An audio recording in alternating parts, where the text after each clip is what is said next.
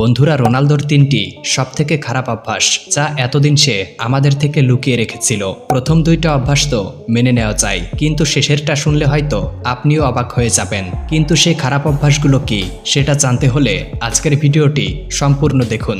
Number 1-এ রয়েছে খেলায় disturb করলে 6 মাস অবধি তার সাথে কথা না বলা।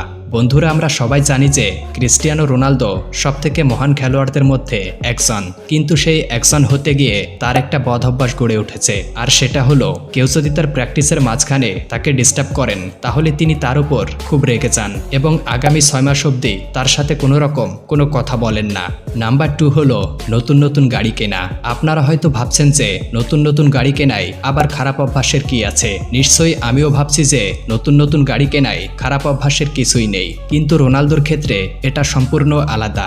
রোনালদো গাড়ি খুব ভালোবাসেন এবং তার কাছে পৃথিবীর সবথেকে দামি অনেক গাড়ি আছে। কিন্তু তিনি এক ইন্টারভিউতে যা বলেছেন সেটা আপনিও বিশ্বাস করতে পারবেন না। তিনি বলেছেন প্রতি মাসে একটা করে হলেও দামি গাড়ি কিনেন, যার কারণে তার কাছে এখন অনেকগুলো গাড়ি জমে গেছে।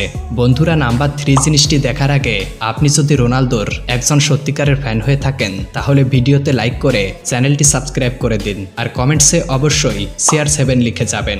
নাম্বার 3 এর খারাপ অভ্যাসটা হয়তো আপনারা অনেকেই জানেন না, আর সেটা হলো গোল মিস করলেই কেঁদে ফেলেন। হ্যাঁ বন্ধুরা, ঠিকই শুনেছেন।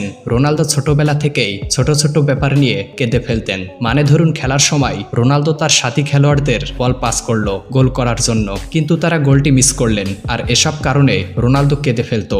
যদিও রোনালদো একটা ইন্টারভিউতে বলেন যে তিনি এখন আগের চেয়ে অনেক ম্যাচিউরড হয়ে গেছেন এবং তিনি এখন সামান্য কোনো ব্যাপারে কাঁদেন না। বন্ধুরা, ভিডিওটি ভালো লাগলে লাইক দিয়ে চ্যানেলটি সাবস্ক্রাইব করে পাশে রাখা বেল আইকনটিতে ক্লিক করে রাখুন এমনই সব নতুন ভিডিও সবার আগে পাওয়ার জন্য।